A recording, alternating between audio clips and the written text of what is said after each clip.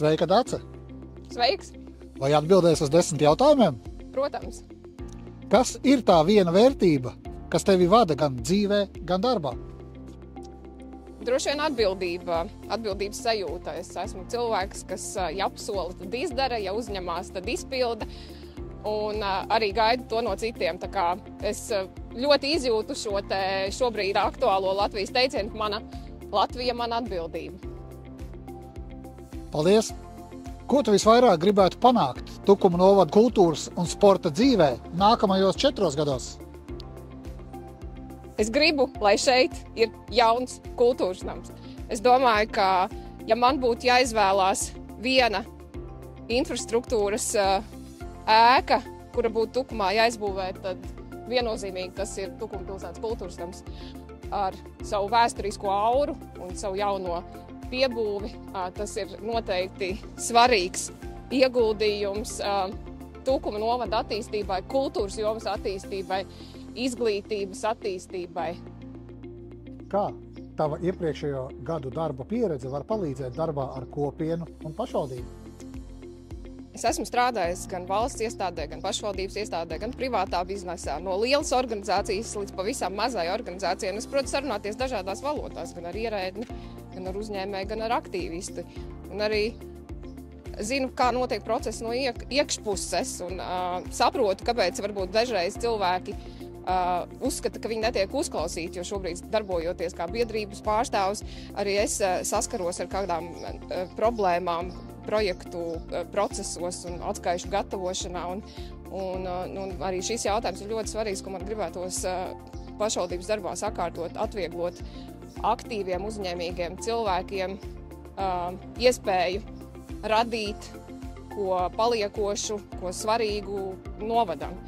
Un tā kā tiešām es uzskatu, ka man šī pieredze gan iepriekš strādājot pašvaldībā, es protu gan uzrakstīt lēmumu projektu, gan mācēšu to izlasīt un saprast.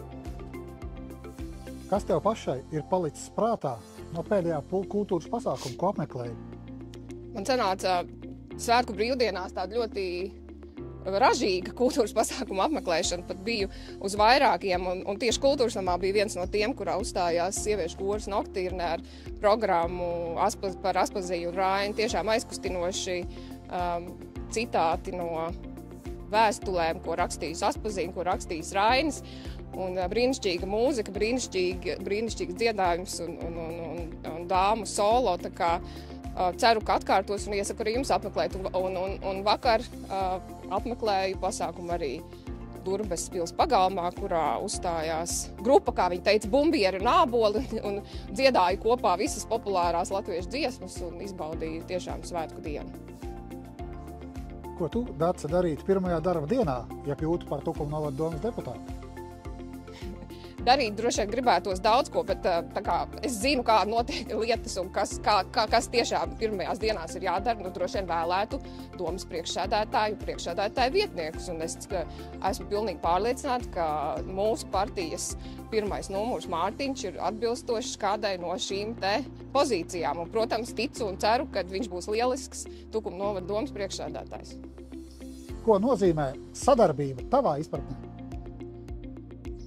Manā izpratnē sadarbība ir uzklausīt vienam otru, jo bieži vien, man liekas, lielākā problēma ir tajā, ka mēs viens otru nedzirdam. Mums katram ir savs viedoklis, un mēs varbūt domājam, ka mūsu viedoklis ir vienīgais pareizais, un tāpēc svarīgs ir sarunāties, uzklausīt un meklēt kompromisus, jo ir daudzas lietas, kurā tomēr ir nepieciešama kompromisa, un nevar varbūt iet tikai vienā savā virzienā, un kādreiz ir jāpiekāpjas kādos jautājumos un jāatrod kopsaucējs. Ir zināms, ka tu aktīvi iesaisties savas daudzdzīvokļu mājas pārvaldībā. Kā panākt, lai vairāk cilvēku piedalās savu daudzdzīvokļu māju pārvaldībā?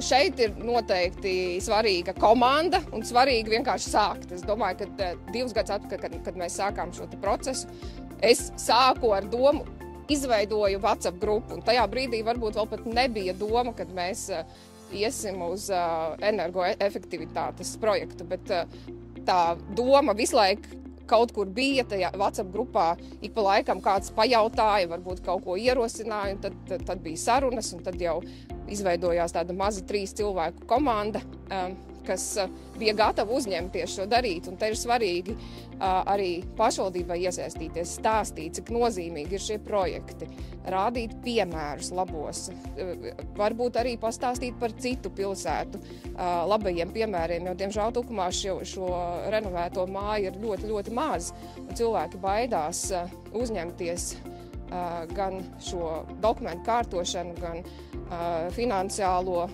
slogu savā ziņā, bet ieguvums, es domāju, noteikti nākotnē ir nenovērtējums, un tāpēc es domāju, ka noteikti pašvaldībai ir jāstrādā pie tā, lai vēl vairāk atbalstītu iedzīvotājus šajos projektos, gan finansiāli, gan informatīvi, gan vienkārši varbūt šos te kopienu līderus mājā arī atbalstītu morāli, jo bieži vien tas varbūt ir pats svarīgākais, kad ir kāds, ar ko tu vari parunāt, kurš tev teiks, ka viss izdodās, un tad visas lietas notiks. Brīvajā laikā tu bieži fotografē. Kas tevi visvairāk piesaista fotomirklī? Jā, droši vien mana bērni teikt, ka es par daudz fotografēju, jo viņiem viss ir aplicis, ka es fotografēju, bet man kaut kā tas, varbūt arī darba ziņā, tas ir tā kā es esmu sabiedrisko attiecību jomā strādāju, tur man vienkārši liekas, ka man viss ir jāpiefiksē, bet būtībā es fotografēju sev šiem mirkļiem, un man pēc tam patīk rakstīt par to, un man to arī daudz vienmēr stāsta, kad ir gan ceļojumi vai kad mēs piedalāmies kaut kādās ar savu komandu prātu spēlēs, tad vienmēr es rakstu, un visi gaida, kad saka, būs šoreiz tas raksts, un tad noteikti arī vajag bildi, jo kas tad par rakstu bez bildēm, jā, tāpēc es fotografēju, nevienmēr varbūt kaut kur to publicēju, bet noteikti vairāk ir svarīgākais tas, ko es rakstu, un tā fotografija ir tā, kas papildina. Kad pēdējo reizi jūties patiesi iedvesmot? Patiesi iedvesmot, droši vien, visbiežāk jau tas ir ģimenē, kad bērni kāds kaut ko sasniedz vai vīrs iedvesmo kādiem foršiem darbiem, bet ja tādā Tukuma mērogā runājot, tad pavisam pēdējais bija, kurš bija ļoti aizkustināti un iedvesmot, ir skatoties dejas balvas pasniegšanas ceremoniju, kurā mūsu pašu Tukumā deju skola Dēmo, kultūras namā direktora Aneta Pitene un Liena Bēniņa, viņas tiks izvirzītas 4 dejas balvām. Tas ir vienīgā ārpus Rīgas esošā deju skola, kur vispār ir izvirzīta tik daudz balvām. Mums ir ar ko lepoties, un es domāju, ka šis ir tiešām mirklis, kurā mēs varam parādīt, ar ko mēs esam īpaši. Jo deju skolas Latvijā nemaz nav tik daudz, un ar tādiem izciliem, vērtīgiem sasniegumiem vēl jau mazāk. Ko, Dace, tu teiktu jaunietim, kur šaubās, vai vispār piedalīties šajās pašvaldību vēlēšanās?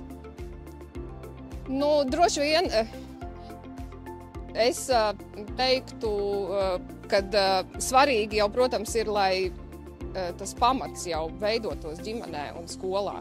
Mums ir katram, kuram ir bērni, ir no mazām dienām šis bērns jāņem līdz uz vēlēšanām un jārāda, ka mēs ejam balsot, ka tas ir mūsu pienākums, gan tiesības, bet arī pienākums, jo nav tā, ka valstī ir tikai tiesības. Un es domāju, ka katram jaunietim arī ir jāsaprot, ka šis ir viens no viņa pienākumiem iet un vēlēt. Un, lai arī citreiz liekas, ka ko tad viena balss var izdarīt, bet viena balss, vēl 5 balss, un dažreiz tikai 10 balss izšķir, kas nokļūs pie varas. Un noteikti ir svarīgi jau aiziet uz pirmajām vēlēšanām, jo tad tas veidojās par tādu veselīgu ieradumu, un tu ej un dodies uz visām vēlēšanām. Tā kā jauniešiem noteikti tikko kā paliek 18 gadi, novēlu iet un izmantot šīs Latvijas Republikas pilsonim dotās tiesības.